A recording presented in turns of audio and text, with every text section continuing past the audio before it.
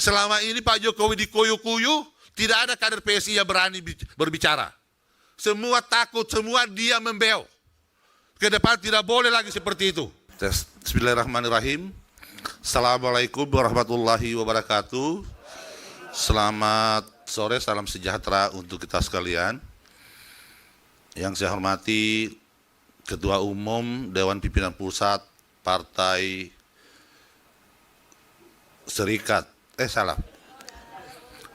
Partai Solidaritas Indonesia beserta jajaran Dewan Pimpinan Pusat yang baru selesai dilantik pada sore hari ini. Dewan Pendiri Partai, Dewan Pertimbangan, Dewan Pakar yang hadir pada hari ini, dan terutama teman-teman media yang dari tadi siang sudah standby. Insya Allah ke depan Partai Solidaritas Indonesia akan menjadi mitra terbaik daripada teman-teman media, karena kami sadar kami akan berarti, kami tidak akan berarti apa-apa tanpa ada teman-teman media yang menemani kami dalam perjuangan ini. Terima kasih kepada panutan kami, Pak Jokowi, yang menjadi inspirasi buat PSI. Insya Allah kami akan selalu berkoordinasi dengan beliau dan akan terus memperjuangkan nilai-nilai perjuangan yang sudah ditanamkan oleh beliau selama ini.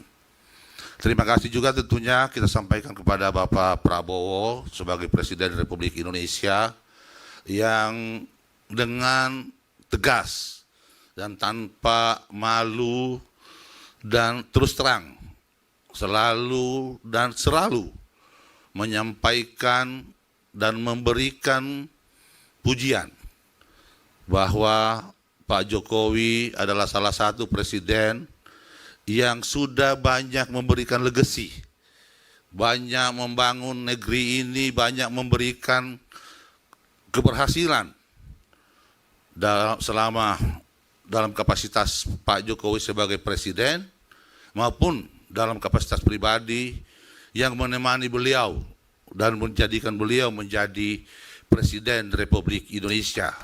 Sedikit tentunya presiden yang sudah berhasil, yang mau mengakui atau mau jujur mengakui atau bantuan atas keberhasilan. Ini menjadi teladan buat kita semua. Tentunya kita berharap tidak sampai pada titik itu, karena akhir-akhir ini kita semua sama melihat bahwa di tengah situasi bangsa yang tidak sedang baik-baik saja, terjadi kegaduhan yang luar biasa yang sedang menimpa, yang ditujukan kepada orang tua kita, inspiratif kita, panutan kita Pak Jokowi. Ya, kita berharap tentunya Bapak Presiden dengan segala kewenangannya bisa menyegerakan mengakhiri oknum yang memang sengaja mencari-cari atau sedang membuat kegaduhan, seperti yang dikatakan oleh Bapak Presiden bahwa oknum-oknum ini memang adalah orang-orang yang sengaja membuat kegaduhan di negara kesatuan Republik Indonesia. Kondisi bangsa hari ini sedang tidak baik-baik saja. Ini tentunya kita melihat bahwa situasi ekonomi terjadi kesenjangan yang luar biasa, dan juga dalam posisi demokrasi kita yang tidak juga sedang baik-baik karena sedang terjadi ketidakpercayaan antara masyarakat dengan tokoh-tokoh kita. Nah, tentunya saya berharap kader PSI dalam kondisi seperti ini bisa berkontribusi untuk menyelesaikan permasalahan, berkontribusi untuk bisa menyelesaikan permasalahan yang sedang dihadapi oleh bangsa ini. Kader PSI jangan menjadi bagian daripada permasalahan yang sedang dihadapi oleh bangsa hari ini. Saya berharap dengan segala potensi yang dimiliki oleh PSI hari ini bisa bersama-sama dengan pemerintah untuk kita berkontribusi menyelesaikan permasalahan ini. Untuk PSI sendiri, pertanyaan kita bahwa 2029 seperti yang disampaikan oleh Ketua Umum tadi, tentunya ini harus menjadi tanggung jawab kita semua. Kenapa? Pertanyaannya harusnya bukan lagi apakah PSI akan lolos pada pemilu 2009. PSI harus bertekad untuk menjadi pemenang, harus bertekad untuk menjadi menang besar pada pemilu 2009. Karena kenapa? Tentunya dengan pengalaman kekalahan 2 pemilu haruslah menjadi modal buat kita untuk melakukan introspeksi diri, melakukan evaluasi apa permasalahan yang dihadapi oleh PSI dalam 2 pemilu sehingga kemudian kita tidak lolos, sehingga kemudian kita kandas untuk masuk pada parliamentary threshold yang ini yang harus kemudian menjadi yang harus kita jawab. Kalau permasalahan ini kita mampu inventarisir, maka kemudian kepengurusan yang baru selesai dilantik hari ini harus mampu memberikan jawaban terhadap permasalahan yang dihadapi oleh PSI 10 tahun yang lalu.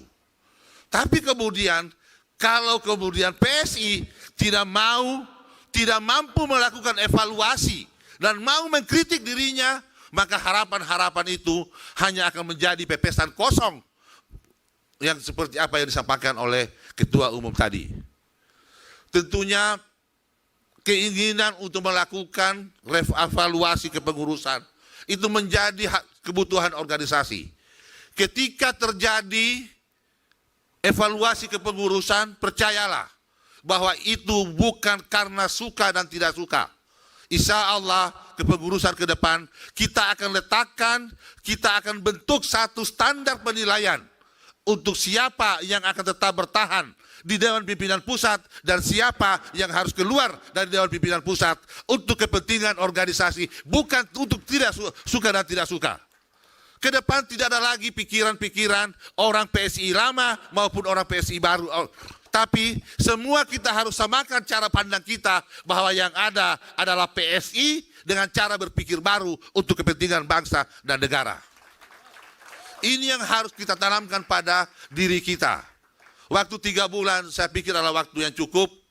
Kedepannya di samping tidak hanya kesekretariatan, memulai kerja konsolidasi, Pak Sekjen mungkin menjadi kebutuhan organisasi kita adalah menyiapkan sistem kepartaian yang komprehensif, sehingga ketika ada kebijakan-kebijakan partai yang diambil harusnya berbasis aturan yang memang betul-betul sudah menjadi kesepakatan di internal partai, sehingga di dalam partai ini tidak ada lagi si fulan orang si ini, orang si ini, tapi semua adalah orang ketua umum. Dalam berorganisasi haruslah kita tanamkan pada diri kita kerelaan kita untuk dipimpin dan kerelaan kita untuk memimpin.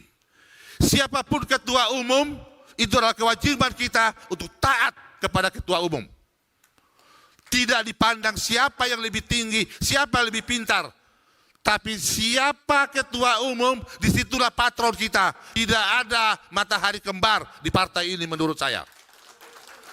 Saya hadir di partai ini untuk mendampingi ketua umum, insya Allah untuk memimpin konsolidasi bersama-sama. Saya juga tidak akan bisa menjadi apa-apa tanpa ada kita semua untuk bisa bekerja sama. Saya berharap sekali lagi kebutuhan organisasi ke depan, mari kita memulai melakukan konsolidasi. Kita jangan berbicara tentang pemenangan 2029, tapi mari kita membicarakan tentang kesiapan organisasi kita untuk bisa lolos pada verifikasi. Lolos verifikasi adalah melengkapi organisasi. Melengkapi organisasi bukan hanya kebutuhan untuk verifikasi, tapi syarat untuk menjadi pemenang 2029 adalah melengkapi struktur organisasi sendiri. Untuk itu kepada seluruh kader di daerah, saya berharap tentunya mewakili ketua umum menyampaikan pesan bahwa saya berharap semua kantor-kantor Dewan Pimpinan Daerah maupun kantor-kantor Dewan Pimpinan Wilayah Partai PSI seluruh Indonesia dibuka secara lebar, pintunya dibuka untuk menjadi pelayanan, tempat pelayanan masyarakat, di mana masyarakat Indonesia harus bisa mengakses seluruh kantor-kantor PSI di seluruh Indonesia. Di kantor-kantor PSI harus disiapkan fasilitas. Ada fasilitas wifi gratis di kantor-kantor kegiatan-kegiatan sosial.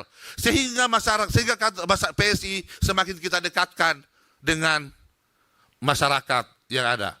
Kita berharap ke depan setiap ada permasalahan di desa yang ada di pikiran masyarakat adalah PSI solusinya.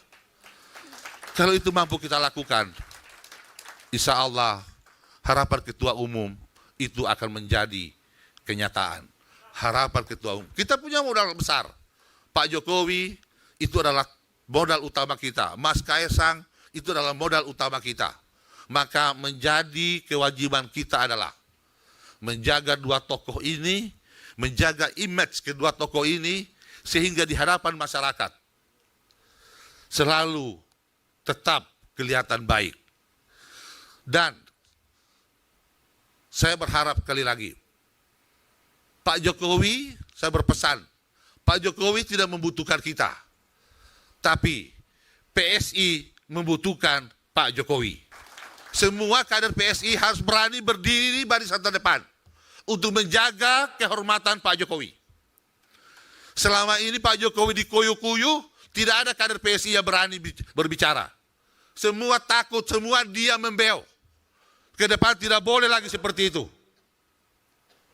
Kalau kita mengaku sebagai kader, kita mengaku Pak Jokowi sebagai panutan kita, maka kita harus berdiri di garisan terdepan untuk menjaga kehormatan beliau. Setuju? Sanggup? Saya pikir ini saya bisa sampaikan, lebih dan kurang saya mohon maaf. Sekian dan billahi taufiq hidayah. Assalamualaikum warahmatullahi wabarakatuh. Waalaikumsalam warahmatullahi wabarakatuh. Ketika ada sesuatu yang tidak benar, kita suarakan. Ini bagaimana semua terangin dia sedumu ini? Ini manusia pecundang yang sangat merugikan bangsa kita ini. Saatnya jadi member eksklusif di channel YouTube Official iNews. Tantang lagi para tambah sumpah di atas Al-Quran. Dia pengen masuk TV tuh. Konten-konten premium yang tidak tayang di TV. Live interaction. Halo pemirsa iNews, ini baru selesai. Emoji dan badge spesial. Reakses konten pilihan. Klik YouTube Official iNews. Join member hanya Rp10.000 per bulan.